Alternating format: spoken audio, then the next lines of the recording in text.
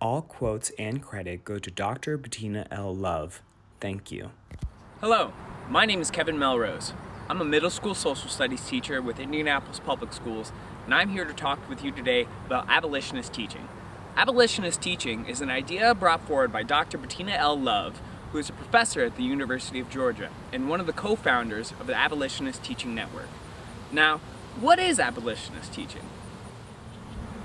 Abolitionist teaching is the practice of working in solidarity with communities of color while drawing on the imagination, creativity, refusal, remembering, visionary thinking, healing, rebellious spirit, boldness, determination, and subversiveness of abolitionists to eradicate injustice in and outside of schools. Abolitionist teaching works hand in hand with anti-racist teaching. Now, all of the ideas I'm discussing today, I've gathered from this book. It's absolutely incredible, and I highly encourage all of you to read it. Some ideas that I'm not going to be discussing in depth today are the theories around Black Joy, Home Place by Bell Hooks, as well as Giving Them Hell. What I will be discussing today is going to be focusing on what people that look like me with a similar status and privilege can do today to become abolitionists.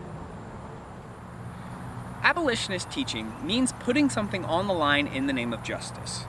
Wanting dark folks to thrive and giving up power and positions in order for dark folks to do so. The work of recognizing and checking white emotionality is done before you enter dark spaces. White folks have to get well on their own terms before they engage with abolitionist teaching. Now, you may be saying to yourself, Kevin, I am an ally. I believe in social justice for everyone. While that is great, it's simply not enough today. We cannot just be allies. We, as white people, must be co-conspirators.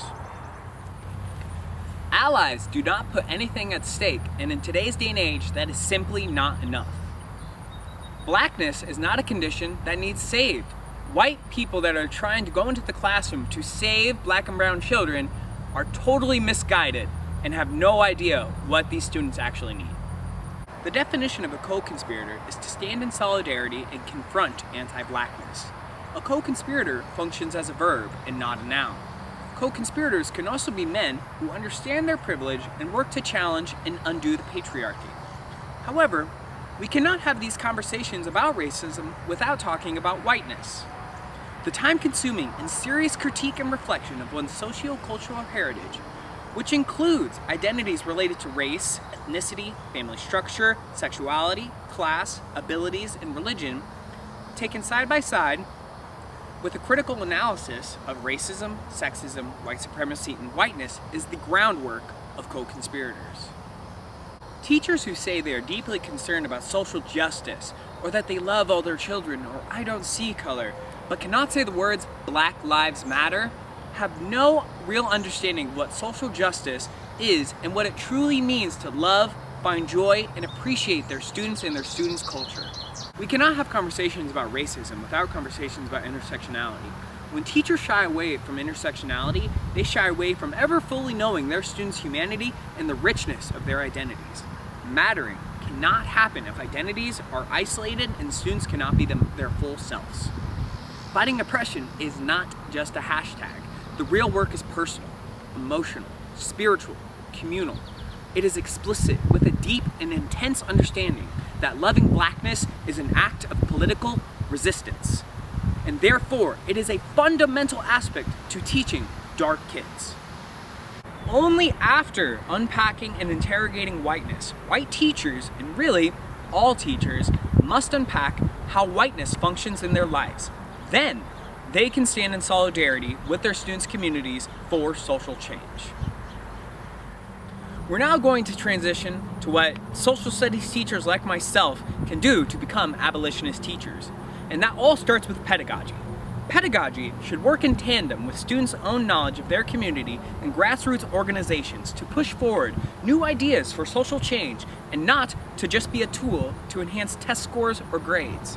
Pedagogy, regardless of its name, is useless without teachers dedicated to challenging systematic oppression with intersectional social justice. Many public and charter schools have centered this idea of character education, and it has replaced civics education. However, character education is anti-black. Students no longer learn how to be informed and active citizens, which is key to democracy. They instead learn how to comply and recite affirmations about their grit. A recent study showed that fewer than half of all 8th graders understand what the purpose of the Bill of Rights is. If students were to know and understand what their rights are, they would be better prepared to combat social injustice. The prison industrial complex and the school-to-prison pipeline is actively working to incarcerate our young Black and brown students, and we as white educators cannot let this happen. There are 3 authors that support Bettina L's abolitionist teaching idea. One is Beth Rubin. Her idea of civics education is my dream curriculum. It's stepping away from the whitewashed standardization of social studies and putting in place a civics education that will train students for civic engagement and not obedience. Michelle Keeney's critique of standardization in the classroom pinpoints the problem with education today. Too many curriculums are bought for multi-millions of dollars that only train students to run through the K-12 education system like a conveyor belt. Nell Noddings addresses the crisis of creativity in the classroom.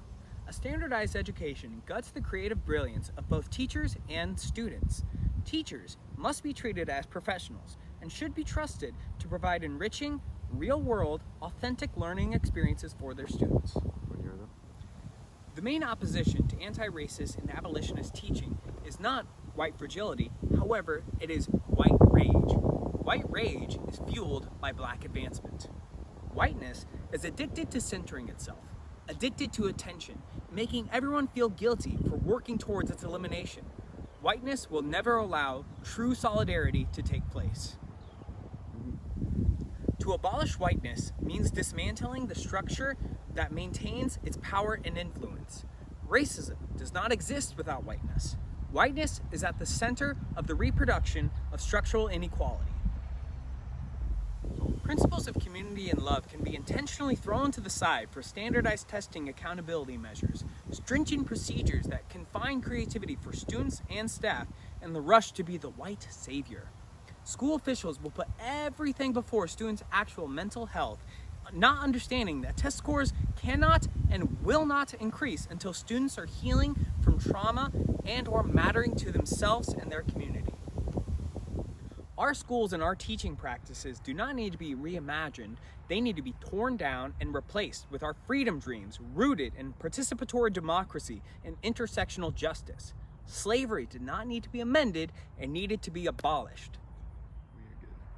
Now I want to make something perfectly clear. Just because I've made this video does not make me the John Brown of educators. It does not give me a pass to become a co-conspirator. Being a co-conspirator is an active, daily exercise that we must do as white people, that we must do as men, to support the intersectional communities that exist within our country. White folks cannot lose their whiteness. It is not possible. But they can daily try to deal with and reject the whiteness that is obsessed with oppressing others, centering itself, and maintaining whiteness and white supremacy through white rage. Being well and white is rejecting whiteness for the good of humanity. The same goes for the patriarchy, homophobia, sexism, transphobia, Islamophobia, classism, ableism, and xenophobia.